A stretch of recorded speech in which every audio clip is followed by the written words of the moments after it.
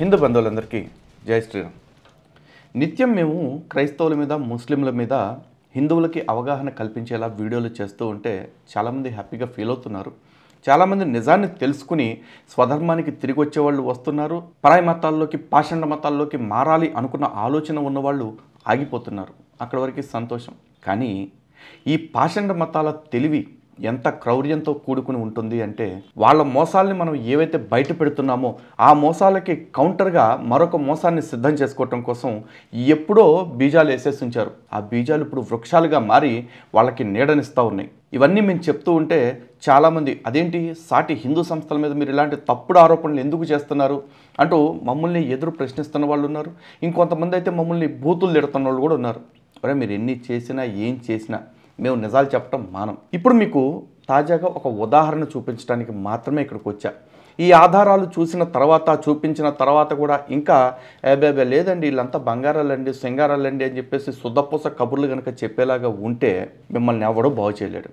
కానీ గుర్తుపెట్టుకోండి, మా పోరాటం మాత్రం ఖచ్చితంగా కొనసాగుతూనే ఉంటుంది. మేము నిత్యం చాలా సంస్థల గురించి చెప్తూ ఉంటాం. అందులో ప్రధానంగా ఈరోజు చెప్పాలనుకుంటున్నది ఒకటి బ్రహ్మకుమారి సంస్థ గురించి, 2 పిరమిడ్ అనే ఒక సంస్థ గురించి, 3వది త్రైత సిద్ధాంత భగవద్గీత అని ఎవరైతే ప్రచారం చేస్తూ ఉంటారో ఆచార్య ప్రబోధానంద యోగీశ్వరులు అని చెప్పి తాడిపత్రికి సంబంధించిన ఒకటి చచ్చిపోయాడు అతను, వాళ్ళ ఆశ్రమానికి సంబంధించిన వాళ్ళ గురించి. వీళ్ళ గురించి పదే పదే ఎందుకు అలర్ట్ చేస్తున్నామంటే వీళ్ళు హిందూ ముసుగులో వస్తున్నారు కాబట్టి.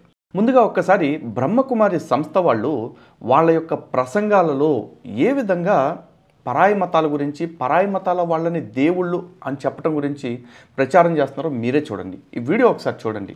ఇది తెలుగు మురళి అని చెప్పేసి, బ్రహ్మకుమారిల్లో మురళి అనే దానికి చాలా ప్రాముఖ్యత ఉంది. అంటే మురళి అంటే సాక్షాత్తు భగవంతుడే వాళ్ళల్లో ఒకళ్ళు ఒంటి మీదకి వచ్చి ఈ సందేశాన్ని ఇస్తాడు అని వాళ్ళు నమ్ముతారు కాబట్టి, ఆ సందేశంలో భగవంతుడైన శివుడు ఏం చెప్పిస్తున్నాడో వీళ్ళ చేత చూడండి. అంటే శివుడు చెప్తున్నాడు అని వీళ్ళు ప్రచారం చేస్తున్న విషయంలో ఏం చెప్తున్నారో చూడండి. అల్ఫ్ను స్మృతి చేయడం ద్వారా రాజ్యాధికారం లభిస్తుంది. ఎవరైనా కలిసినప్పుడు అల్ఫ్ అల్లాను స్మృతి చేయండి అని చెప్పండి. అల్ఫ్నే ఉన్నతమైన వారు అని అంటారు. చూస్తున్నారు కదా, సాక్షాత్తు శివపరమాత్మ వచ్చి ఎవరైనా కలిసినప్పుడు వాళ్ళకి అల్ఫ్ను అంటే అల్లాను స్తుతి చేయమని చెప్పండి, అల్ఫే ఉన్నతమైన వాడు అని చెప్పండి అను బ్రహ్మకుమారి సంస్థ వాళ్ళు ఇస్లాం దేవుడైన అల్లా గురించి చెప్తా ఉన్నారు. ఇలా ఎందుకు చెప్తున్నారు అని మనం అడిగామనుకోండి, అదేంటండి అన్ని మతాల్లో ఉన్నది ఆ దేవుడే కదా, మేము మంచే చెప్తున్నాం కదా అంటారు. మీరు మంచే చెప్పండి, కానీ ఏ రోజైనా మసీదులో అల్లానే శివుడు కాబట్టి, అరబ్బులో అల్లా అంటారు కానీ భారతదేశంలో శివుడు అంటారు కాబట్టి మీరు శివుడినే పూజ చేయండి అని మసీదుల్లో దర్గాల్లో చెప్పడం మీరు ఎప్పుడైనా విన్నారా? లేదుగా. పైగా వీళ్ళని అడిగితే వీళ్ళేమంటారు, ఈ దాదా లేఖరాజ్ అనేవాడు పాకిస్తాన్లో పుట్టాడు కాబట్టి ఆ పాకిస్తాన్లో అల్లా అంటారు కాబట్టి ఇప్పుడు కూడా అల్లా అని చెప్తున్నారు అంటారు. అరే పాకిస్తాన్లో కదా మీరు అల్లా గురించి చెప్పుకోవాల్సింది. అక్కడ పాకిస్తాన్లో ఉన్నప్పుడు వాళ్ళ భాష కాబట్టి వాళ్ళ భాషలో చెప్పాడంటే ఎన్నో. ఇక్కడికి వచ్చి తెలుగు వాళ్ళు, హిందీ వాళ్ళు, ఇన్ని భాషల వాళ్ళు ఉండే చోట కూడా అల్లా అని చెప్తున్నారంటే ఎవరి చెవుల్లో పూలు పెడుతున్నారు మీరు? ఎవరిని పిచ్చి పువ్వులను చేస్తున్నారు మీరు? ఇలాంటి ప్రశ్నలు మేము అడిగితే ప్రశ్నకు సమాధానం చెప్పాల్సింది పోయి మా మీద ఉల్టా కేసులు పెట్టేసి మా నోర్లు మూపిద్దామని చూస్తున్నారు. ఎప్పుడైతే మీరు మాకు సమాధానం చెప్పకుండా వ్యవస్థలను ఆశ్రయించి కేసులు పెట్టి మా నోళ్లు మూపించాలని చూస్తున్నారో అక్కడ మీరే స్పష్టం చేసుకుంటున్నారు మీ దగ్గర మా ప్రశ్నలకి సమాధానం లేదు అని చెప్పేసి. మీరు చేస్తున్నది మోసము అని చెప్పేసి మీరు ఇండైరెక్ట్గా చెప్పేస్తున్నట్టుంది ఇదంతా కూడా. కాబట్టి ఇప్పుడు బాల్ హిందువుల కోర్టుకు వచ్చింది. మీరు అర్థం చేసుకోండి, వీళ్ళు ఎప్పుడైనా శివాలయంలో గనక స్టాల్స్ పెట్టేసి శివరాత్రికి ఇట్లాంటి మాటలు చెప్తూ ఉంటే, అంటే అక్కడ బహిరంగంగా ఇట్లాంటివి చెప్పకపోవచ్చు, కానీ ఈ మాటలు మీరు ఇప్పుడు విన్నారు కదా, ఈ మాటలను బట్టి వాళ్ళని ప్రశ్నించండి, రాజ్యాంగబద్ధంగా నిలదీయండి. ఏమండి మాకు ఆల్రెడీ శివుడి గురించి తెలుసు కదా, శివుడిని అల్లా అని మీరు చెప్తున్నారు కానీ మాకు అవసరం లేదండి, అల్లానే శివుడు అని చెప్పేసి మీరు మసీదులకు వెళ్ళి అక్కడ చెప్పండి, లేదా క్రిస్మస్కి వెళ్ళి యెహోవానే శివుడు అని అక్కడ చెప్పండి అని చెప్పండి, అడగండి. అలాగే మాకు 139 దేశాల్లో మా శాఖలు ఉన్నాయి అంటున్నారు కదా, 139 దేశాల్లో ఎంతమంది క్రైస్తవుల్ని, ఎంతమంది ముస్లింలని, ఎంతమంది యూదులను హిందుత్వం వైపుకి తీసుకువచ్చారు? ఎందుకంటే మేము ప్రపంచంలో మా అంత హిందుత్వవాదులు ఎవరు లేరని బ్రహ్మకుమారులు చెప్తున్నారు కాబట్టి ఎంతమందిని హిందుత్వం వైపు తీసుకొచ్చారు? ఓకే, హిందుత్వం అనే మతమే మీకు ప్రాబ్లం అయితే, పేరు ప్రాబ్లం అయితే ఎంతమందిని శివభక్తిలోకి తీసుకొచ్చారు అని అడగండి వాళ్ళని. దేనికి మీకు సమాధానాలు రావు. ఏమన్నా మాట్లాడితే వారం రోజులు కోర్సుకు రండి, వస్తా. వారం రోజుల కోర్సు కాదు 15 రోజుల కోర్సుకు వస్తా. కానీ నాకు ఒక్క బాండ్ రాసివ్వండి, 15 రోజుల కోర్స్ తర్వాత కూడా ఒకవేళ మీకు ప్రశ్నలు మిగిలి ఉంటే ఆ ప్రశ్నలకు 15 రోజుల తర్వాత మేము సమాధానాలు ఇస్తాం బహిరంగంగా మీడియా ముందు లేదా కెమెరా ముందు అని చెప్పేసి ఒక్కటి రాసివ్వండి. ఇంతకంటే మేము ఏ డిమాండు చేయట్లేదు. ఇంతకంటే మీ దగ్గర నుంచి మాకు కావాల్సింది కూడా ఏమీ లేదు. మాకు అనుమానాలు రేకెత్తించేలాగా పుస్తకాలు రాసి వీడియోలు చేసి అనుమానాలను నివృత్తి చేయమని అడుగుతుంటే మాత్రం కేసులు పెడుతున్నారు. ఏం బతుకులు రమి! ఈ మాత్రం దానికి శాంతి, సహనం, క్షమ, బొంగు, బొత్సు, బోషానం, బొగడ ఎందుకు ఈ కబుర్లు? ఇక రెండవది, ఒక్కసారి ఈవిడేం చెప్తున్నారో వినండి. అప్పట్లో ఇప్పుడున్న వాళ్ళు ఎవరూ లేరు, కేవలం నేను ఆయన ఉండేవాళ్ళము. అలాగా నేను ధ్యానంలోకి ఎంటర్ కాగానే నాకు ప్రథమంగా కనిపించింది యేసుక్రీస్తు మాత్రమే. ఆయన నాకు వచ్చి నా ధ్యానంలో కనపడి ఎలా రోగాల్ని నయం చేయాలి అనే విద్యని నేర్పించారు. అప్పట్లో ఇలా ఒక మనిషికి ఇలా నేను చేయగలడు అనే జ్ఞానం కూడా మాకు లేదు కనుక అదొక వింతగా అనిపించింది. చేశాను కొన్నాళ్ళు. చూశారు కదా, శుభ్రంగా 3 బొట్లు పెట్టుకుని కనిపిస్తున్న ఈవిడెవరో అనుకుంటున్నారా? పిరమిడ్ ధ్యాన సంస్థ ఉంది కదా, ఆ సంస్థ వ్యవస్థాపకుడైన సుభాష్ పత్రిజీ గారి సతీమణి స్వర్ణమాల పత్రిజీ. ఈవిడేం చెప్తున్నారు? వీళ్ళు పిలిచేదేమో ధ్యానానికి. ధ్యానం అనగానే అక్కడికి వచ్చేది అత్యధికులు ఎవరు అంటే హిందువులు. అత్యధికులు అనే కంటే కూడా టు బి మోర్ ప్రిసైజ్ 99% హిందువులని చెప్పాలి. ఎందుకంటే అస్సలు ఎవరు రారు అంటే వీళ్ళు పెయిడ్ ఆర్టిస్టులను పెట్టన్నా సరే ఒకళ్ళిద్దరు అన్ని మతస్థులతోటి టెస్టిమోనియల్స్ ఇప్పించే అవకాశం ఉంది కాబట్టి 99% అక్కడికి వచ్చేది హిందువులు. అక్కడికి వచ్చే హిందువులందరికీ ఏం చెప్తున్నారు? వీళ్ళు మొట్టమొదటి ధ్యానంలోకి వచ్చినప్పుడు వీళ్ళకి దర్శనం ఇచ్చింది యేసుక్రీస్తట. అదేంటి? హిందూ దేవుళ్ళలో నిత్యం ధ్యానముద్రలో ఉండేది ఎవరు? మన శివుడు, విష్ణుమూర్తి, బ్రహ్మదేవుడు, అమ్మవార్లు వీళ్ళందరూ కూడా ధ్యానముద్రలోనే ఉంటారు. మరి వీళ్ళెవ్వరూ ధ్యానంలోకి వచ్చినట్టు కాకుండా ఎప్పుడూ చెక్కకేలాడుతూ ఉంటాడు కదా ఆయన యేసుక్రీస్తు. అంటే ఆయన పొజిషన్ అదే కాబట్టి లాస్ట్లో అట్టగా ముగిచ్చేశారు కాబట్టి క్రైస్తవులు కూడా ఎప్పుడు చర్చల ముందు అట్టగే పెట్టుకుంటారు కాబట్టి ఆ చెక్కకేలాడే యేసుక్రీస్తుని తీసుకొచ్చి ధ్యానంలో నాకు దర్శనం ఇచ్చాడు, రోగాలు ఎలా నయం చేసుకోవాలో చెప్పాడు అని చెప్పేసి అంటారు. దీనివల్ల ఎవరిని ఏ మతాల వైపు వీళ్ళు ఆకర్షింపచేస్తున్నారు ఒక్కసారి మీరు బుర్ర పెట్టి ఆలోచించండి. ఇలాంటి వాళ్ళు సమాజంలో చాలామంది ఉన్నారు, కానీ వాళ్ళందరూ కొన్నిసార్లు ఆధారాలు ఇవ్వరు మనకి. వీళ్ళు అనుకోకుండా మనకి ఆధారాలతో సహా దొరికిపోయారు. అంటే ఇప్పుడిప్పుడే సనాతన ధర్మ ప్రాభవాన్ని, వైభవాన్ని తెలుసుకుని ధర్మరక్షణ చేసుకోవటం ఎంత అవసరమో తెలుసుకుంటున్న హిందువులని తిరిగి సెక్యులర్ బాట పట్టిస్తూ తిరిగి అన్ని మతాలు సమానమే అంటూ మాయలు చేస్తూ ఉన్నారు. ఈ రోజున ఏ చర్చిలో అయినా సరే ఏమండి మాకు కూడా అప్పుడప్పుడు శివుడు కనపడతాడు, విష్ణుమూర్తి కనపడతాడు, వాళ్ళు మాకు మేలు చేస్తున్నారు అని ఒక్కళ్ళనే చెప్తారా? ప్రతి పాస్టరు కూడా ఏమండి శివుడు అట్లాంటోడు, విష్ణువు ఇట్లాంటోడు, విగ్రహారాధన అంటే ఇట్లాంటిది అట్లాంటిది అంటూ మనని అవమానిస్తున్నారుగా నిత్యం. చివరికి విగ్రహారాధనని వ్యభిచారము అంటూ తప్పుడు బోధ కూడా చేస్తున్నారుగా.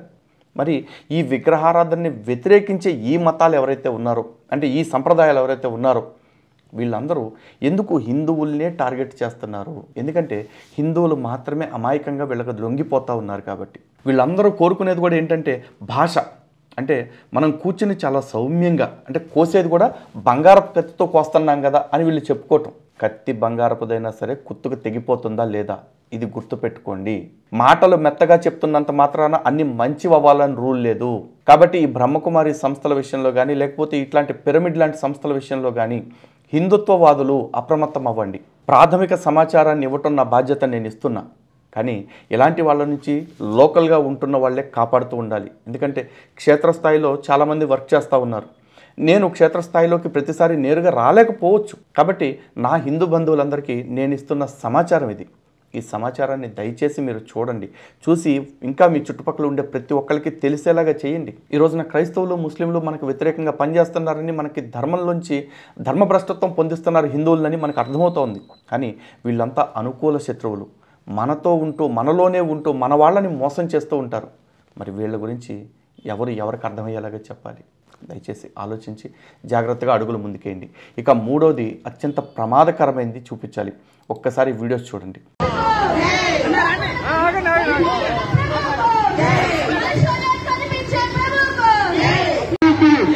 మనిషివలే కనిపించిన ప్రభువుకు, ఎదురాడని ప్రారంభించిన ప్రభువుకు, పాపులను క్షమించిన ప్రభువుకు, తిరిగి వస్తానని చెప్పిన ప్రభువుకు.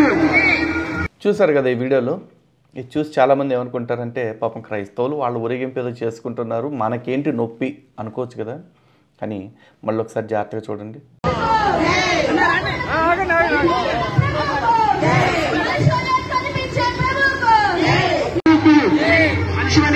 ప్రారంభించిన ప్రభువుకు, ఎదురాడని జ్ఞానం ఇచ్చిన ప్రభువుకు, పాపులను క్షమించిన ప్రభువుకు, తిరిగి వస్తానని చెప్పిన ప్రభువుకు.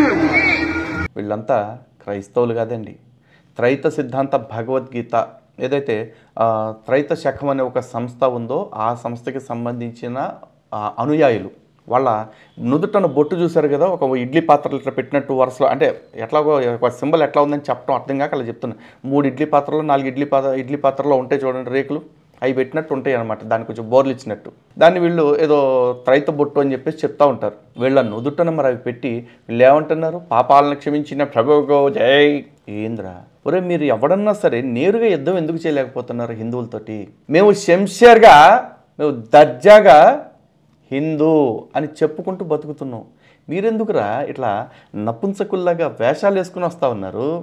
మీరు చెప్పుకోండి దర్జాగా, మీది క్రైస్తవ సంస్థ అయితే క్రైస్తవులు అని చెప్పుకోండి. ఒక్క ముంజగాడికి చేత కాదు. హిందువులందరినీ ఎర్రోళ్ళని చేయటం కోసం మీరు హిందూ ముసిగేసుకుని వచ్చేసి, బొట్లెట్టేసుకుని వచ్చేసి, త్రైతం అని చెప్పేసి, ప్రేతం అని చెప్పేసి ఇష్టం వచ్చినట్టు పేర్లు పెట్టేసుకుని మత మార్పిడి చేసేద్దామని మీరు వాళ్ళని మత మార్పిడి చేసేస్తూ ఉంటే మేము చూస్తా కూర్చుంటామా? ఇలా అవగాహన కల్పించాం. ఈరోజు వీళ్ళ మీద ఇట్లా అవగాహన కల్పించడం కోసం మీ వీడియోలు చేసినందుకు వీళ్ళు ఏం చేస్తారంటే మా మీద దుష్ప్రచారం చేస్తున్నారు అంటూ తప్పుడు కేసులు పెట్టేస్తారు. మళ్ళీ కోర్స్ వీళ్ళకి అనుకూలంగా ఉండేవాళ్ళు ఎవరన్నా ఉన్న చోట ఏం చేస్తారంటే, అంటే మనకు వ్యతిరేకంగా ఉండేవాళ్ళు ఉన్న చోటైనా పర్లా, ఎందుకంటే అందరూ త్రైతంగాళ్ళే అవ్వాల్సిన అవసరంలా. హిందూ వ్యతిరేకులు చాలామంది ఉంటారు, క్రైస్తవులు ముస్లింలు. అలాంటి అధికారులు ఉన్న చోట ఏం చేస్తారంటే సింపుల్గా ఏదో ఒక కేసు పడేస్తారు మన మీద. తిరుగుతాం, పడతాం, ఎన్నన్నా చేస్తాం. కానీ మీ బండారాన్ని బయట పెట్టకుండా మాత్రం ఖచ్చితంగా చూస్తూ ఊరుకునే ప్రసక్తే లేదు. దయచేసి హిందూ బంధువులందరికీ మళ్ళీ మళ్ళీ మళ్ళీ చెప్తున్నా, అప్రమత్తంగా ఉండండి. అన్యమతస్థులతోనే కాదు, అన్యమతస్థుల ప్రోద్బలంతోటో లేకపోతే అన్యమతస్థుల ప్రాపకం కోసమో మన వాళ్ళలాగా నటిస్తూ మనల్ని ముంచుతున్న వాళ్ళతో కూడా అప్రమత్తంగా ఉండండి. ఇలాంటి వాళ్ళ గురించి నిత్యం తెలియచేయటం కోసం మాలాంటి వాళ్ళు ప్రయత్నం చేస్తూనే ఉంటున్నారు. మనలాంటి వాళ్ళ వీడియోస్ని రెగ్యులర్గా ఫాలో అవ్వండి, ఎక్కువ మందికి షేర్ చేయండి. షేర్ చేయడానికి వీలు కాని పక్షంలో కనీసం వాళ్ళ దగ్గరికి ఇన్ఫర్మేషన్ని మీరైనా చెప్పండి, వీళ్ళు ఇలాంటి వాళ్ళు అని చెప్పేసి. ఎందుకంటే మనకంటూ ఈ ప్రపంచంలో ఎవరూ లేరు, మనం ఒంటర్లం. మనది ఒక్కటే ఒక దేశం సనాతన ధర్మం నిలబెట్టుకుంటుంది. కానీ వాళ్ళకి విదేశాల నుంచి పెట్రోల్ డబ్బులు వస్తున్నాయి, విదేశాల నుంచి డాలర్లు వస్తున్నాయి, స్వదేశంలో నుంచి మత మార్పిడి చేసి దశంభాగాల రూపంలో తింటూ ఇంకా వాళ్ళ వ్యాపారాన్ని త్రిగుణం చేసుకుంటూ ఉన్నారు. కానీ హిందువులైన మనము, మాలాంటి వాళ్ళు పనిచేస్తున్నది మీలాంటి వాళ్ళని నమ్మే. కాబట్టి మీలాంటి వాళ్ళే ఇట్లాంటి వీడియోల్ని ఎక్కువ మందికి షేర్ చేయాలి. ఈ వీడియోలో ఉన్న కంటెంట్ని అట్లీస్ట్ మా వీడియో షేర్ చేయడానికి బేషజం అడ్డొస్తే, మా వీడియో షేర్ చేయడానికి ఎవరికైనా నామోషిగా అనిపిస్తుంటే, ఎందుకంటే కొంతమందికి ఎవరు చెప్తున్నారు అనేది ఇంపార్టెంట్ అయిపోయింది, ఏం చెప్తున్నారు అనే దానికంటే. ఒకవేళ అటువంటి ఈర్ష్య అసూయలు ఏమన్నా ఉంటే మా వీడియోస్ షేర్ చేయాల్సిన పని లేదు. కనీసం ఆ వీడియోలో ఉన్న కంటెంట్ని మీ సొంత కంటెంట్ లాగా మీరు మళ్ళీ చెప్పండి. ఎవరన్నా కావాలి అనుకుంటే మన వీడియోస్ని డౌన్లోడ్ చేసి మీ ఛానల్స్లో రీపోస్ట్ చేసుకోండి, ఎటువంటి కాపీరైట్స్ కూడా ఉండవు. సో మళ్ళీ హెచ్చరిస్తున్నా, ఎందుకంటే ముళ్ళల్లోకి వెళ్ళేటప్పుడు చెప్పులు వేసుకోమని మన వాళ్ళకే చెప్తాం, ముళ్ళపైన తివాచీలు పరచం కాబట్టి. మీ అందరికీ జాగ్రత్తలు చెప్తున్నాం, ఈ జాగ్రత్తలు పాటించండి. సమాజంలో హిందువులు ఎవరు, హిందూ వ్యతిరేకులు ఎవరు, హిందూ ద్రోహులు ఎవరు తెలుసుకుని మనుగడ సాగించండి. మనల్ని మనం రక్షించుకుందాం, మన దేశాన్ని ధర్మాన్ని కాపాడుకుందాం. జై శ్రీరామ్, భారత్ మాతాకి జై.